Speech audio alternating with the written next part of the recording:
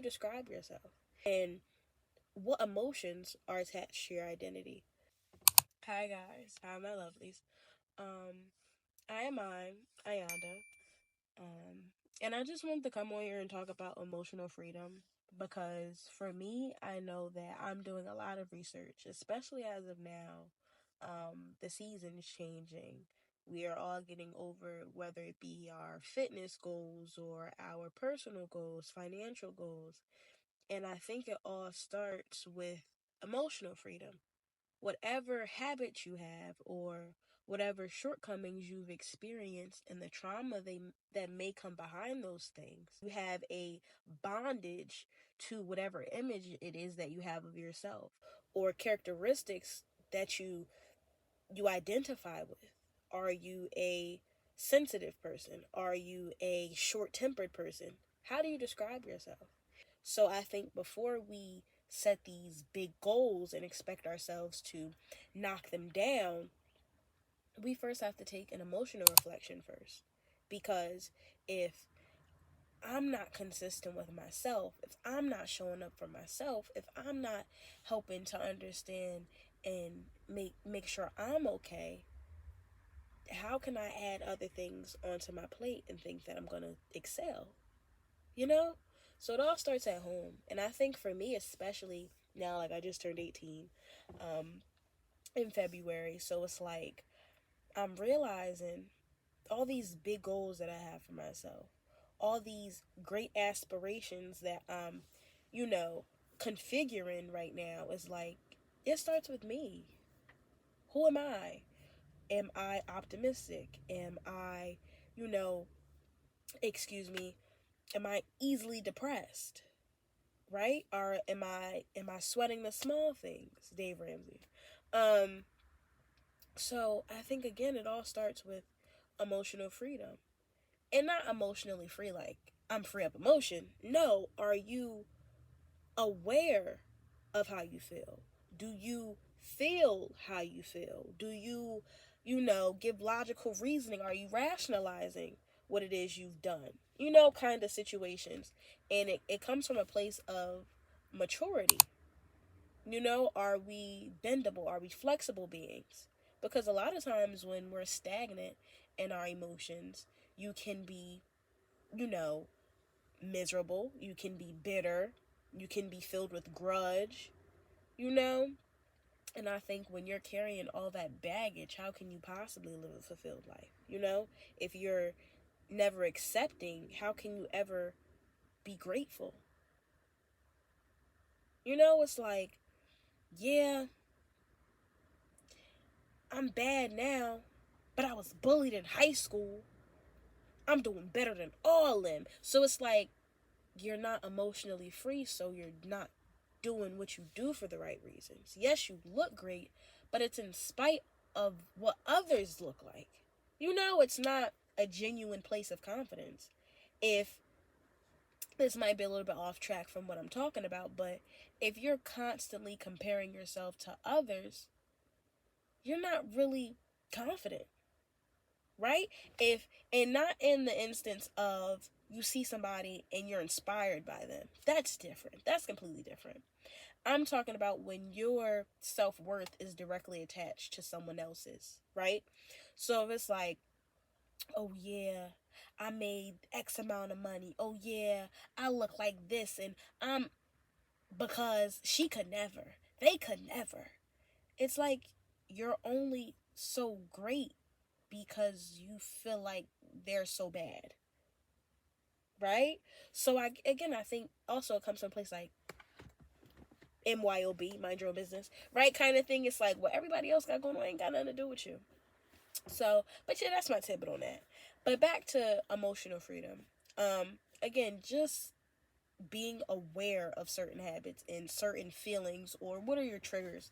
As I was mentioning before, previously when I was talking about emotional freedom financially, right? So, what are your feelings towards money? How do you feel about your financial literacy? Do you feel like you're competent enough to be responsible with certain wages or do certain things, make certain investments? Do you trust yourself with your wallet? Are you resistant to look at your bank account. Because I know me personally, sometimes I make some spending habits. I'm like, damn, I'm normally devastated when I look at my account. So sometimes we just have to take a step back and reflect. Or is it like your confidence, again, is it directly tied to, let's say, social media? You're like, I put on my best threads, right? You in the mirror, hyped up, and you go to make a post, and you just so happen to see her feed first, and it's like, yeah, I'm cute, but she cuter. What? Personally, I feel like I'm one of the baddest walking this earth, right? Right now, I'm on some calm stuff. Still got it on though. Still think I'm beautiful. But never, like now, like in the state that I'm in, I could be wearing my best threads and I walk in and everybody else got on their best threads, hair laid to the nines, and I'm like, yeah, we bad in here. Yeah, that's here. Like, it's not like, oh man, oh my God. Now sometimes if it's like she look like money, I want to see. Like sometimes now I'm like, damn, like how can I step my cookies up? Because if I'm like, yeah, y'all, they in here, and I see somebody that's in here the most, I'm like, what she do? It's more like an inspiration rather than I'm on some. She thinks she all that. I'm like, yeah, I think she all that, y'all. Like, don't be a hater. Like, don't be a hater. And I think when you can appreciate others' accomplishments or appreciate, others' grace, like you begin to just absorb some of that. And not even on no energy demon type stuff, but got a little cold, y'all. But to just enjoy that energy, it kind of consumes you, right? Like if you're around a negative person and ugly spirited, like just their physical, like their facial expression just aren't attractive. You kind of like, you clutch your pearls a little bit, like your face get a little sour, like you ate a pickle, right? Rather than you're around beautiful beings that could be inside, outside, they're smiling, they're colorful, they smell good, whatever it may be that makes you feel like, yeah, like that's good. They're so good, right? Like you kind of absorb that energy too, so you realize your stride might be a little bit different. Your conversations are a little bit more lively. The way you show up in an environment may be, a little bit more lively just because that's the energy you're surrounded around, right? Rather than if you're the pickle in the sweet environment, everybody kind of look at you a little less. So again, just when you see great things or you see people doing good or better than you, and I think if you're not, and that's another thing, it's always another thing with me, but that's another thing. If you're around people who are either one, they're doing better than you, or they're looking good, they're feeling good, commend that. I'm a big complimenter because I feel like when you feel good about yourself, that pours out into other people. If you can pour good things out into other people, you get it's not even about a return thing, but it just feels nice to be generous. That could be with your words, that could be with your wealth, that could be with your energy, right? Something as simple as that. I love that on you. I love that color. I'm sold. Oh my God, you got it on today. Just because that's genuinely my reaction. Like, I'm not trying to be funny, y'all. I promise. Like, I will literally see you in a grocery store, and if I catch a glimpse at the shoes, I'm like, that is a nice colorway. I feel impulse to tell you that because I feel like I have to share that message with the world. Spread grace, like extend your kindness. Compliments go a long way because I know it'll be days where I woke up, it's given I just rolled out of bed, and if somebody's like, oh my gosh, I love your hair, I'm like, you what? Don't gas me. Like, I feel good. So it's like, for me to know what that feeling is like, to extend that to others, it's like a full circle moment, So again, extend your grace, give people compliments, smile. And granted, even if it's like, I'm not in the best mood today, but just showing up for other people just a little bit, it helps you to show up for yourself. that is also a signal of emotional freedom when you don't feel challenged by other people feeling good, right? When you don't feel, inferior when other people are like, they're just fierce and they're doing their thing, like you don't feel bad about it. Like if you feel less than, if you're not confident in your stride, if you're not proud of the way you show up, why is that? Obviously we have our days. Especially as women, all depending on where you're at in the cycle, you might wake up feeling like a beast one day. You're killing it. And other days, you're like, nah, all dogs got their day off. Like, and that's okay, right? That's perfectly normal. But again, reflection is a big thing. For me personally, excuse me, because I know I preach like peace, love, prosperity. Obviously, that's the motto I try to live by. But again, it's very unrealistic to think that an individual will show up as that every single day, every single moment of their life. And I ain't beat for the BS every day. Like, it's very hard to be optimistic in every single situation. But again, it goes back to feeling. Like, if you experience something and you're constantly trying to fight it with positivity, like, I don't want to think about it. I don't want to have a bad day. I know that's the problem that I'm still working through, where I'm like, I'm having a really good time right now. Like, I don't want to be bothered. Like, I don't want to feel bad.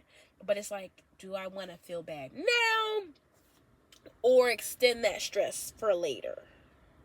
Let's bite the bullet and really get down to the core of what's going on. So again, allowing yourself to experience your emotions, allowing yourself to react sometimes. That doesn't have to be you blow up off the walls, you cuss your boss out, your best friend. It doesn't have to be this big, outlandish expression of emotion.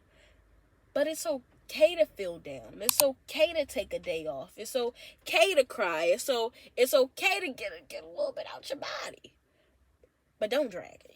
Don't do the most. Don't do the most. I often find myself in moods where, like, it's not that I snap, but I could just feel the rage kind of like bubbling out. And it's not for just right now. It's for old and new, right? So again, recognizing how we feel and allowing ourselves to feel that way, or expressing that we feel that way, right? If you're angry or you're upset or you're bothered by something, let that be an opportunity for growth rather than an opportunity for repression. To be emotionally free, it takes for you to do a lot of reflecting, a lot of discomfort, because admitting to how you feel, expressing how you feel, coming to terms with what's happened in any instance, you kind of got to look at your emotions first. Think about how you feel about certain things, how you think. What are your triggers? What are your reactions? What are your instincts like?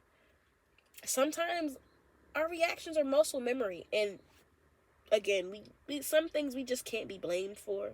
But at this big, ripe, fossil, ancient BCE age, we got to do some reflecting, and we got to get uncomfortable to grow.